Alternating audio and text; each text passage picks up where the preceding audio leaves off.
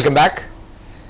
So, we were in the process of discussing some concepts of grade 12 physics practical examinations, based on practical examinations. Now, just before the break I showed you a short video related to how to do the experiment on potentiometer, how to compare the EMFs of the two cells.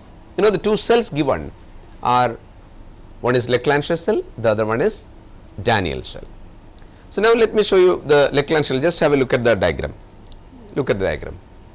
So, there is a cell, you can see, I think you saw this, alright. So, this is the positive terminal of the Leclanché cell. It is actually made up of carbon. This is a carbon rod, Leclanché cell, and this is the negative terminal, right, negative terminal and positive terminal, right. Then inside the bottle, what kind of solution we are using is, we use what is ammonium chloride, NH4Cl, okay.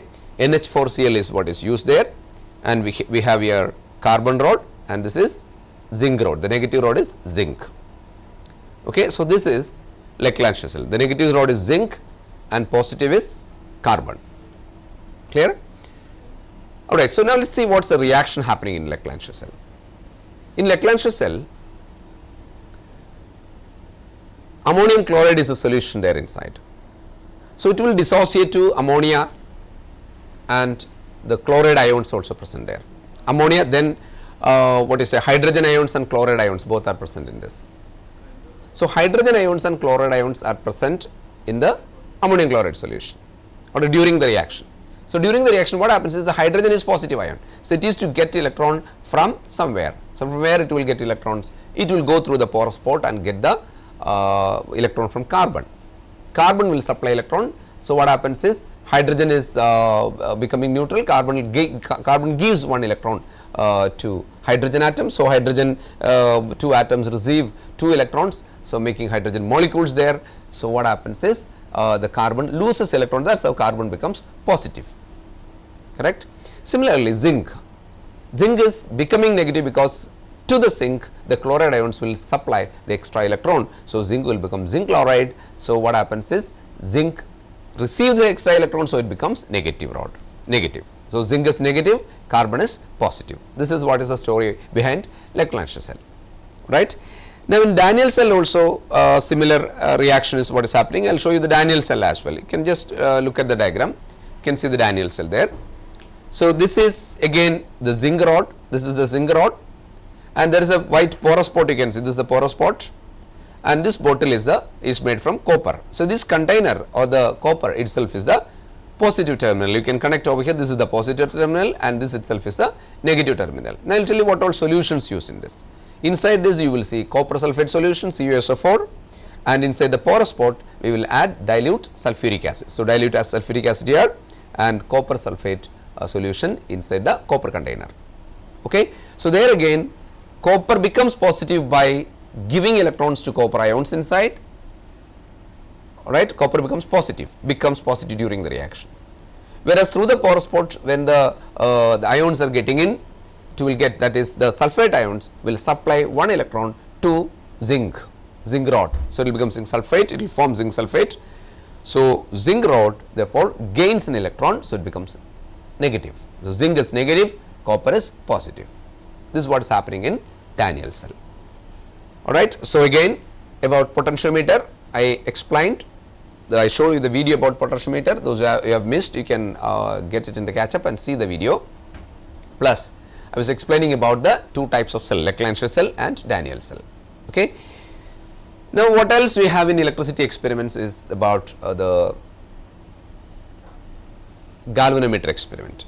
In galvanometer experiment, two things we got to find. One is the resistance of the galvanometer, the other one is the figure of merit of the galvanometer. So, actually the galvanometer's circuit diagram is very simple, you can connect it very simply, very simple way. So, you may better start from positive terminal of the battery, then you connect it to a key, then we have a very high resistance box here, this very high resistance box from which you can connect it to the galvanometer is connected back to the negative terminal of the battery.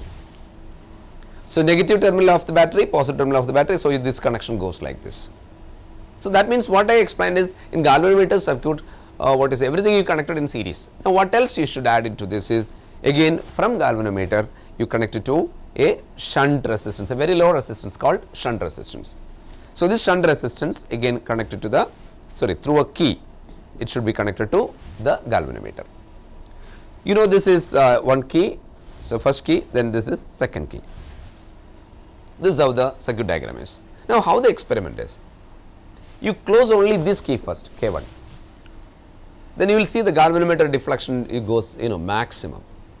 So what further you have to do is include some resistance here in the high resistance box and include some resistance so that the deflection is restricted to maybe usually the galvanometer has got 30 divisions deflection. Sometimes you might have seen with 50, you might have done with 50 divisions. So whatever you have done in the school, maybe let us assume it as 30. So make the deflection 30 first. How you will be able to make it? By adjusting this resistance, appropriate value of resistance is included over here, so that the galvanometer's deflection becomes 30. Then what you should do is you close this key K2. Okay, when the key is closed, some current will pass through this. If there is no resistance in the shunt, what happens? Full current will pass through this. No current will be there through the galvanometer. So what you have to further do is adjust some resistance. You include some resistance in the shunt. Mostly it will be of the order of 10, 20, 30 like that you include. And you will see that when you start including some resistance over here, current will be divided. Okay, so we inserted shunt resistance in such a way that half the current only passing through galvanometer, remaining will pass through the shunt. That is, deflection initially was 30, now you make the deflection to 15. Okay, just see how much is the resistance included for doing that, that is the shunt resistance. Alright, so you found out high resistance, how much required for making the deflection 30. Then shunt resistance you consider how much resistance is required to make the deflection half the initial, that is 15. Repeat this like 28, you make the deflection 28, then half 14, how much shunt resistance is required. You can, one tip I will tell you related to this. Shunt resistance, if you are getting shunt resistance as 60 or 65, almost it will be the same only always. So many make mistakes like 60, then it may be 62 or 63, it should increase or something like that. So it's so you may, even if you are getting all readings at 60 or near to 60, you may think that it is wrong. So I have to adjust the reading like that. So don't do that. It will almost be the will be the same only. And one more thing, one more second point to remember is the last column you will calculate the resistance of the galvanometer. We have the equation R into S by R minus S. When you use that equation, the value you are getting, you can verify if it is correct or not. It will always be slightly more than the resistance which we used for shunt. Suppose shunt is coming almost 60, then the value of the galvanometer resistance may be 61 point something or something like that. Like just slightly above the shunt resistance value. That is how we verify your calculation, and you can make sure the calculation is correct. Okay, that is about galvanometers. So galvanometer, one question I will tell you, what is figure of merit? Figure of merit of a galvanometer is the current required for producing unit deflection, that is figure of merit, and its unit is ampere per division. There may be questions related to this one. In Viva you may be getting questions of that sort. Okay, so galvanometer I said. Then what else is, I will just show you a few things. One experiment I have related to this as well, that is optics, light experiments. Light experiments, and again when you do, so there can be questions related to lens, questions related to mirrors, the light experiments. So first I will show you a short video related to light experiments, then I will give you some questions based on that. Okay, so a short video I will show you how to determine the focal length of a convex lens, that method. You just watch this, and after that we will come back and we will discuss some questions related to that. Okay, watch this video. Determining focal length of a convex lens by UV method. Is located in image pin by heat and trial inspection method. The distance of the object from the lens is object distance, and that of image from the lens is image distance. The object distance u, image distance v, and focal length of the lens f are related by the formula 1 by f equals to 1 by u plus 1 by v. Magnification. Magnification is the ratio of the image distance to the object distance. When the magnification is unity, the image distance and object distance are equal. Moreover, the both distances equal to the twice of the focal length of the lens from the graph u versus v, m versus u, m versus v. Focal length can be found out by taking the magnification unity. Okay. So that means, so you might have done this experiment with UV method, that is the graph you are drawing for convex lens. So, but one thing you should be clear, unlike what is shown in the video, the graph should be drawn like this in such a way that u should be taken on the negative x axis, because u, you know, according to sign convention, u is always negative. So, between the values of u and v, when you draw a curve, you will get a curve of this sort. So, draw a 45-degree line from origin. Okay. So, then find the corresponding x and y intercepts and this distances you measure. Okay. So, let us say this is OA and this is OB. Then what else is this? Average value of this one is supposed to be the 2f. Okay. Suppose you are getting this as OA, OB, maybe same 36, then the 2f will be 36. Then the focal length would be 18 centimeters. So, from the graph, from the UV graph, surely you will be able to determine the focal length of the convex lens. So, in optic bench experiment, we have a convex lens, concave lens, maybe like, you know, why concave lens we are using the combination method. Let me ask you a few questions, okay, stay tuned. Why convex lens, convex lens we are using the optical bench method, one single lens we are using, but when we measure the focal length of a concave lens, we are not using the single lens, we take the help of a convex lens as well. You know why? Because concave lens always forms virtual images. So, only if real images are there, we will be able to use the optical bench concept. So, we are combining the convex lens with the concave lens together, that will act as a converging lens, like you know, like a convex lens. So, determine the focal length, the usual method of the combination. Then you find the convex lens, focal length of the convex lens alone. Then we have the equation of 1 by f is equal to 1 by f1 plus 1 by f2, that equivalent focal length equation we have. Okay. So, this will give you the f2 is the question, that will be the focal length of concave lens. Remember, concave lens is a diverging lens normally. So, it will give negative sign. Okay. Now, before we finish off today's class, I will give you a few questions which are relevant, that may be asked as the Viva questions for the practicals. Okay. Listen carefully.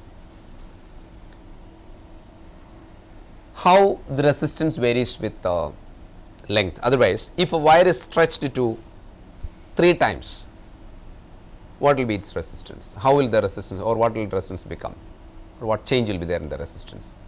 So, if the wire is stretched to 3 times, you remember the length, the resistance will become 9 times, sorry, 3 square times, because when length increases 3 times, area will decrease also, area of cross section decreases by, it will become 1/3 also. So, together 9 times. So, in general, if the wire is stretched n times, the resistance will become n squared times, right. That is one question. Then in related to lenses, a convex lens always forms virtual images. Is it true or false?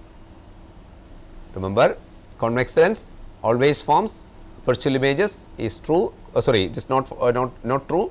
Convex lens can form real and virtual images. You know, real images, mostly it will form real images, but it will form virtual image when the object is between focus and optic center. That is the place where we use convex lenses are as magnifying glasses, when the object is between optic center and the focus. Another thing is, when a convex lens is, suppose a convex lens, okay, it is equiconvex lens, meaning both sides same radius of curvature. If this is cut into 2 halves like this, you know, lengthwise you are cutting into 2 halves, what will be the focal length of each half? Remember, focal length will become doubled, it will become 2f. But if it is cut like this in a cross, there won't be any change. Okay, but you know, of course, when you use it for getting the image, the brightness will be affected, that is there. What happens when focal length of convex lens is what happens when a convex lens is immersed in water? So, remember, when lens is immersed in water, refractive index decreases with respect to water, the refractiveness of the lens becomes less. So, focal length will increase. Use lens maker's formula. Okay? Focal length increases when convex lens is dipped inside water. Sometimes the question will be, what happens when a concave mirror is immersed in water?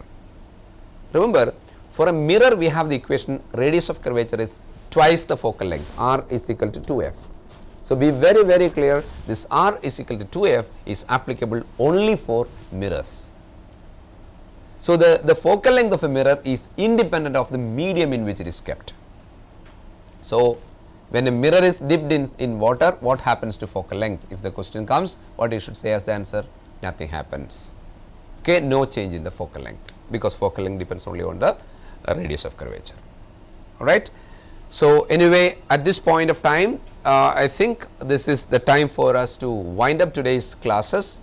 Unfortunately, we had to discuss a little more, but let us see in the next session we will be able to come back with more questions, more board related questions for the 12th standard students. Next Thursday again you tune into the same program, same time, so that we would be able to discuss more questions. Of course, why you will be able to make use of these sessions by clarifying your doubts and all. Okay, keep collecting, keep watching this program, keep tuning to NTV, and again wishing you very best of luck for the coming examinations, practicals. So, let me wind up today's program. Bye bye.